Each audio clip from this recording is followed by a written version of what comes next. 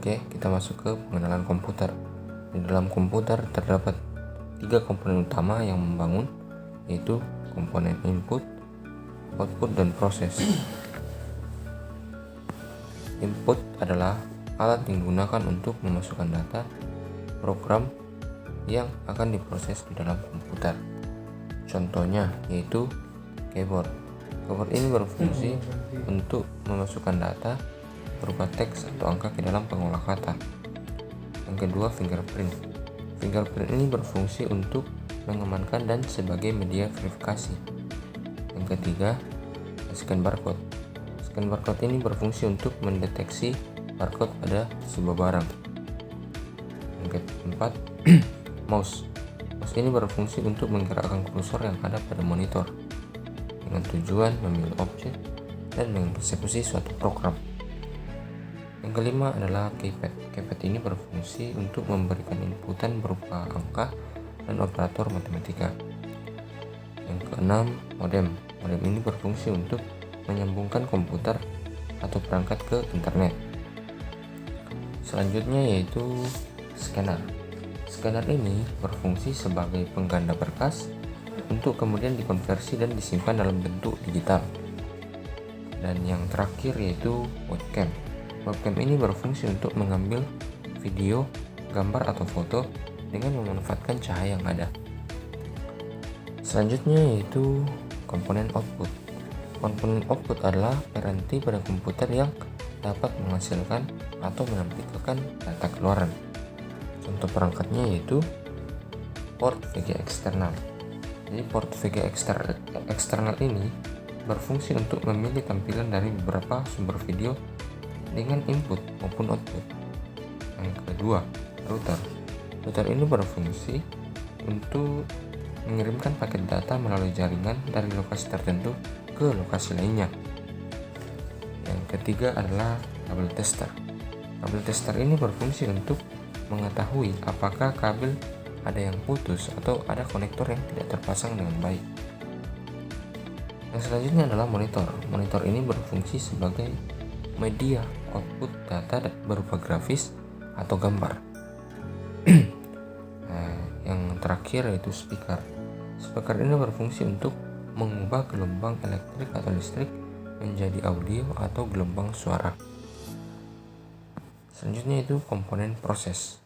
Komponen proses adalah perangkat keras yang berfungsi untuk memproses dan mengolah data yang diberikan oleh piranti input atau peralatan input, kemudian dikeluarkan dalam bentuk informasi ke dalam peralatan output. Contoh perangkatnya yaitu prosesor. Prosesor ini berfungsi sebagai otak dari komputer. Kemudian yang kedua, hard disk. Hard disk ini berfungsi untuk sebagai media penyimpanan yang permanen atau tetap. Kemudian yang ketiga adalah floppy disk drive. Floppy disk drive ini berfungsi untuk membaca perangkat penyimpanan, yaitu penyimpanan floppy disk. Kemudian yang keempat adalah RAM. RAM ini berfungsi untuk sebagai penyimpanan sementara. Yang kelima yaitu motherboard. Motherboard ini berfungsi untuk menghubungkan seluruh komponen penyusun pada sebuah komputer. Yang keenam yaitu CD/DVD-ROM. Jadi di sini dia berfungsi untuk membaca dan menulis data dari CD. Kemudian VGA card berfungsi untuk memproses semua dari grafis yang nantinya akan ditampilkan pada monitor. Dan yang terakhir yaitu CD/DVD eksternal. CD/DVD eksternal ini fungsinya sama dengan CD/DVD-ROM, yaitu untuk membaca dan menulis data dari CD. Selanjutnya itu komponen pendingin. Jadi komponen pendingin ini berfungsi untuk mengurangi panas yang dihasilkan komputer selama digunakan. Contoh perangkatnya yaitu heatsink. heatsink ini berfungsi untuk mendinginkan komponen tertentu, contohnya chipset dan prosesor. Kemudian cooler fan. Cooler fan ini berfungsi untuk mengeluarkan udara panas yang ada pada komputer dan menggantinya dengan udara segar. Oke, selanjutnya komponen konektor. Konektor ini adalah komponen yang menghubungkan satu rangkaian elektronika ke rangkaian elektronika lainnya. Contohnya itu kabel ATA. Kabel ATA ini berfungsi untuk menghubungkan antara motherboard dengan perangkat penyimpanan. Kemudian kabel SATA ini berfungsi untuk mentransfer data antara motherboard dan media penyimpanan data. Yang terakhir yaitu kabel UTP. Kabel UTP ini berfungsi sebagai penghubung atau transmisi data pada sebuah jaringan. Yang terakhir adalah tools. Tools adalah komponen yang digunakan untuk membongkar atau memperbaiki personal komputer. Contoh alatnya yaitu crimping. Crimping ini adalah alat yang berfungsi untuk memotong kabel, melepas pembungkus kabel, memasang konektor. Dan yang kedua yaitu obeng dan tang. Jadi fungsinya adalah untuk membongkar komputer atau memperbaiki komputer. Terima kasih. Akan memperlihatkan bagaimana cara merakit PC. Pada saat kalian memasang prosesor, pastikan tidak terbalik, karena apabila terbalik dapat menyebabkan pin-pin pada soket bengkok.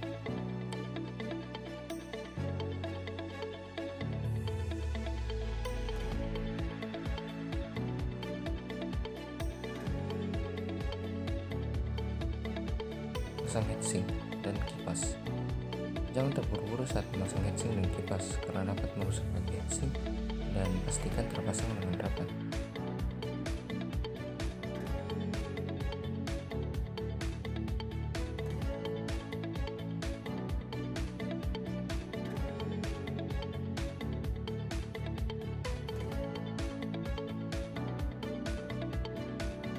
Pastikan saat memasang RAM, usahakan posisi dari RAM terpasang dengan benar.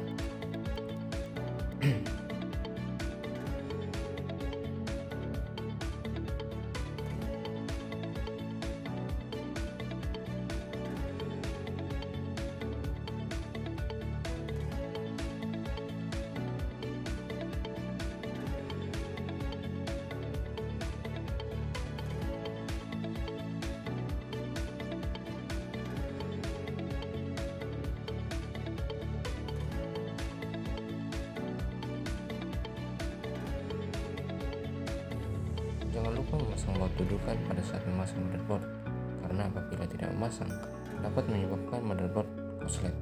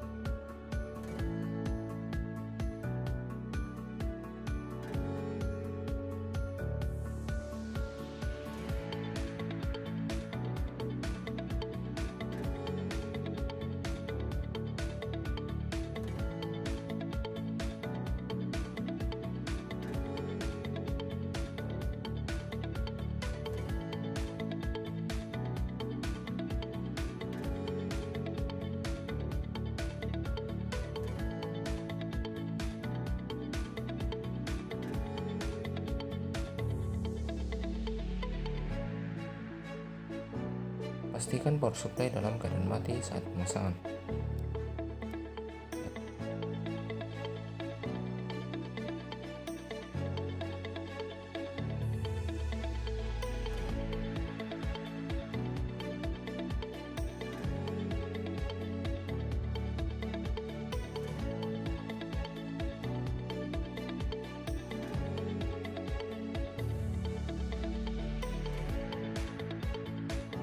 Pasanglah DVD ROM dari luar casing dan pastikan memasang kabel power dari PSU.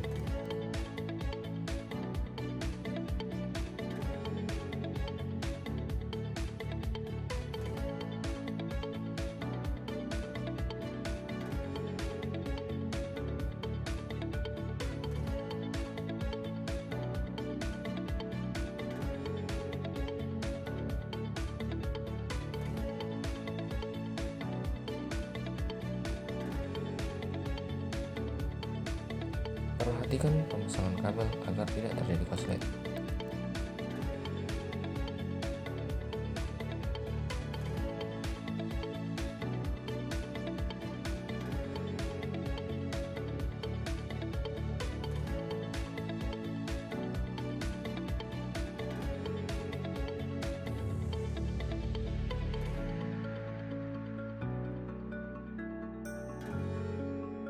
Pemasangan kabel casing. Saat memasang kabel, pastikan tidak terbalik.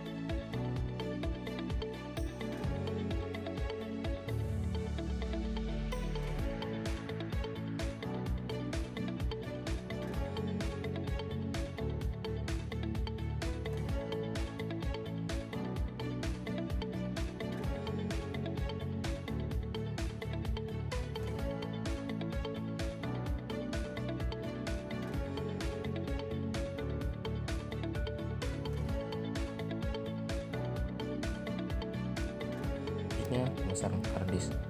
Pastikan komputer dalam keadaan mati total guna menghindari hal-hal yang tidak diinginkan.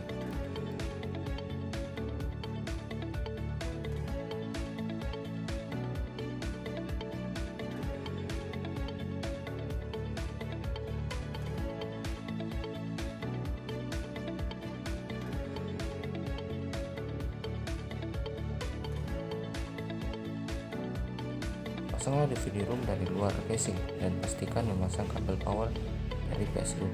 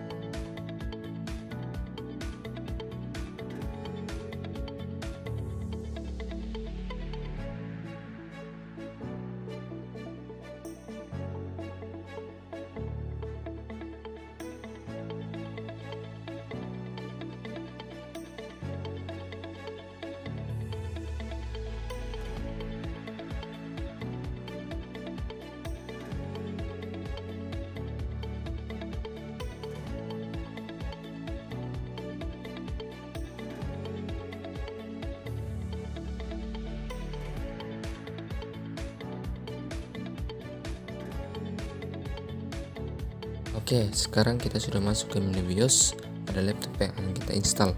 Untuk masuk ke dalam menu BIOS itu caranya berbeda-beda, tergantung dari merek laptop atau merek motherboard yang digunakan.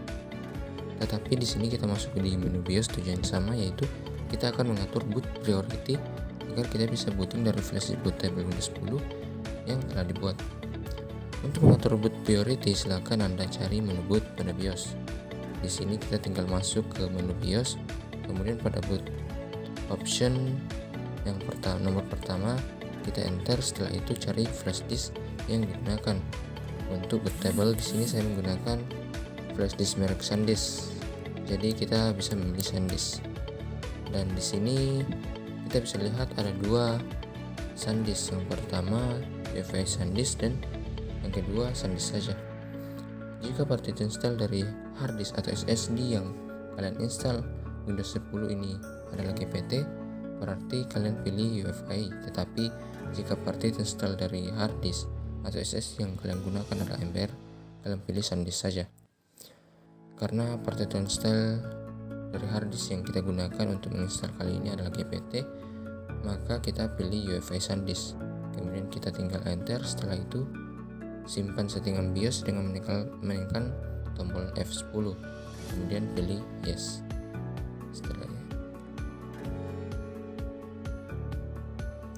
Setelah kalian masuk pada menu partisi, selanjutnya tentukan di mana kalian akan menginstal Windows 10 ini.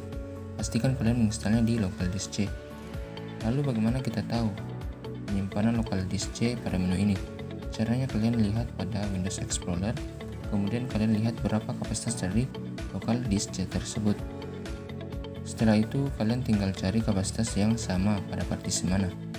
Di sini yang kapasitas sama adalah partition 3.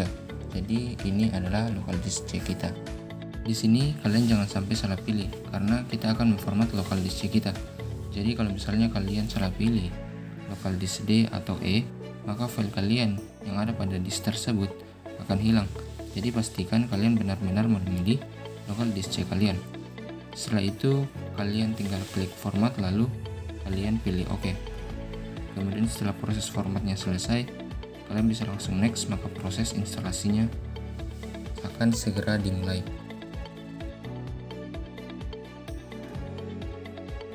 Langkah pertama yang harus kita lakukan saat ingin menginstal Windows 10 adalah menyiapkan file ISO Windows 10. Setelah mendownload file ISO Windows 10, selanjutnya kita membuat bootable dengan menggunakan flash disk. Yang pertama, silakan pasang flash disk pada PC kalian.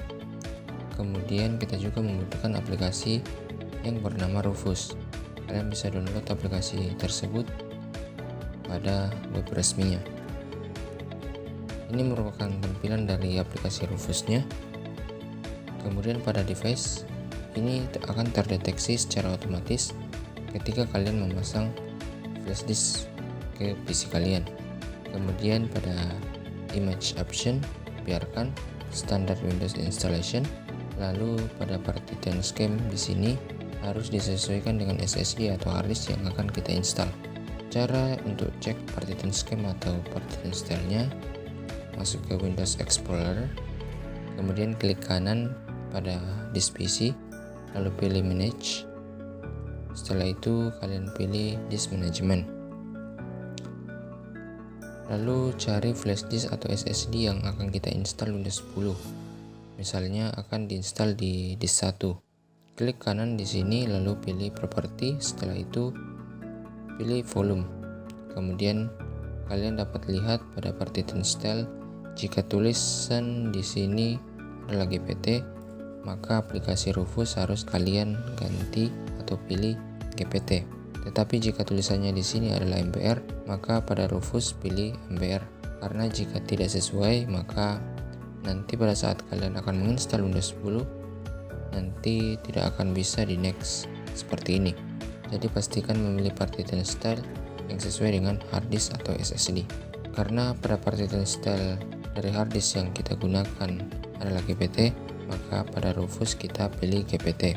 Setelah itu pilih start, lalu klik OK untuk memulai pembuatan bootable pada flash disk kalian. Pastikan mengamankan data-data pada flash disk karena pada proses ini flash disk akan diformat. Oke, proses pembuatan bootloader sudah selesai dan sekarang kita sudah memiliki flash disk bootable untuk menginstal Windows 10.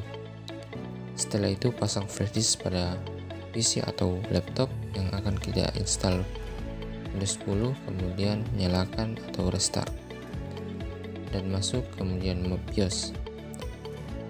Setelah setting BIOS, PC atau laptop akan restart. Setelah itu kalian bisa pilih Windows yang akan kalian install, apakah 64 bit atau 32 bit. Di sini kita akan install yang 64 bit. Selalu enter. Setelah masuk ke menu ini, pada time and currency format kalian ubah ke Indonesia. Setelah itu klik next, lalu kalian pilih install now, kemudian pilih I don't have a product key. Setelah itu pilih Windows 10 mana yang kalian akan install. Di sini yang akan kita install yaitu Windows 10 Pro. Kemudian kita pilih next, kemudian kalian pilih I accept license terms, lalu kalian pilih next, kemudian kalian pilih install Windows only. Setelah itu atur partition, kemudian tunggu hingga proses installing Windows selesai. Kemudian setelah proses instalasi selesai, PC atau laptop akan restart. Pada proses getting ready ini akan memakan waktu yang cukup lama, jadi silakan tunggu hingga prosesnya selesai.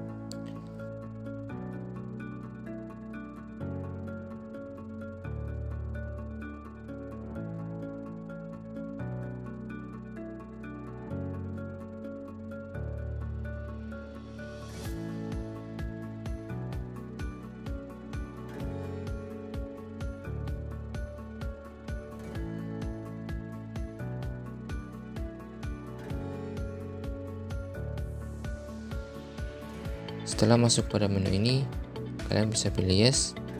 Kemudian pada keyboard layout, kalian setting ke US, lalu pilih yes. Lalu klik skip, klik I don't have internet, kemudian pilih continue with limited setup. Kemudian kalian beri nama PC atau laptop kalian. Lalu pilih next, lalu pilih accept.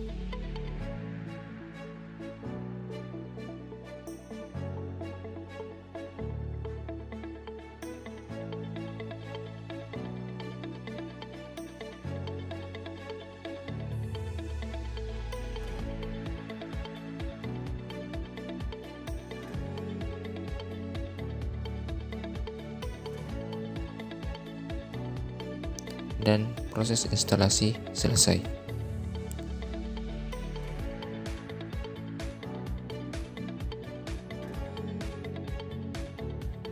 Instalasi program aplikasi yang pertama, install antivirus dan WinRAR. Yang kedua, install driver. Yang ketiga, install aplikasi Microsoft Office. Yang keempat, install aplikasi browser. Yang kelima, install pemutar musik. Yang selanjutnya, aktivasi Windows. Yang terakhir yaitu install aplikasi tambahan seperti Photoshop, CorelDRAW, dan lain-lain. Selanjutnya yaitu maintenance PC. Yang pertama, lakukan backup data secara rutin. Kedua, membersihkan perangkat komputer dari debu. Yang ketiga, merapikan kabel. Yang keempat, melakukan pengecekan kondisi seperti pengecekan keyboard, mouse, keypad, dan lain-lain. Kemudian yang selanjutnya, menjalankan scan antivirus secara rutin. Yang ke-6, melakukan update Windows. Yang ke-7, membersihkan classical win dan cache pada Windows. Yang terakhir yaitu merapikan folder dan membuang file-file yang tidak digunakan. Troubleshooting PC. Yang pertama, komputer menyala tapi tidak tampilan di layar. Nah, solusinya itu bersihkan memori RAM dengan penghapus, lalu pasang kembali dan pastikan rapat. Yang kedua, lupa password BIOS. Solusinya yaitu bersihkan memori RAM dengan penghapus, lalu pasang kembali dan pastikan rapat. Yang ketiga, komputer tidak menyala setelah dirakit. Pastikan mengecek kembali kabel panel agar tidak terbalik. Selanjutnya adalah bunyi bip. Di sini ada beberapa bunyi bip. Yang pertama, bunyi bip pendek 1 kali menandakan komputer Anda normal. Yang kedua, bunyi bip pendek 2 kali artinya terdapat kerusakan pada CMOS.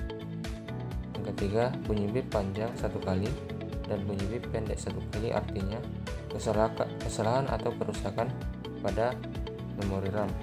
Yang terakhir itu bunyi bip panjang 1 kali dan bunyi bip pendek 2 kali artinya kerusakan atau kesalahan pada VGA card.